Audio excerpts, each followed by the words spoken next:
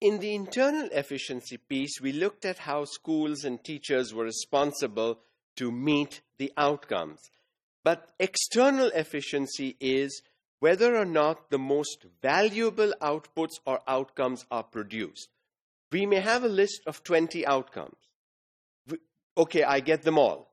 But they're of no value really outside. So, are we looking at outcomes in terms of what the market requires, in terms of what the outside world requires, in terms of what the student requires to live his life, his adult life in the future, 5, 8, 10, 15 years down the line? Will all this be helpful to him? So the outcomes then can also depend on external efficiency. If our students are prepared, they know they are going out with skills, because I strongly believe 21st century education is about skills. If we are only providing knowledge, content, and information, we are not doing justice to our students. We need to provide them with the skills that they will need to be successful, and these skills include a lot: communication skills, IT skills, computer skills, speaking skills, decision-making skills, problem-solving skills. All these skills have to be taught today with outcomes to our students if we expect them to be good in the world outside the school and the classroom, which really is the real world for our students.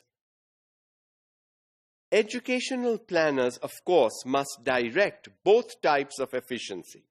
This stimulus to internal efficiency is expected to come from 3 sources. So what we are looking for here is, as planners of education, as curriculum writers, we must make sure that we are focusing on internal efficiency and on external efficiency. Both have to be dealt with. If only internal efficiency happens and my outcome as the teacher are met, but my students are not able to deliver. And the best check on external efficiency comes from when your students get jobs, or when they go into higher education.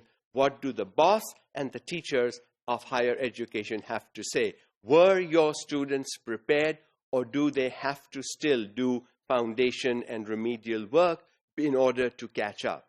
That's the key. So really, for a teacher in the school, it is not very efficient to find out. Because if I teach class 1, I won't know till maybe 10 years down the line how my student did. But there is a catch. You can know how your student did.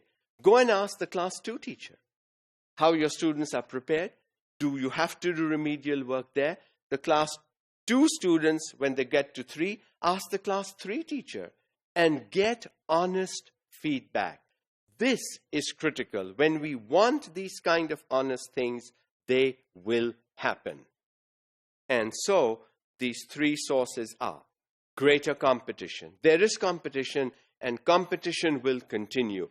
And competition is ruthless in the real world.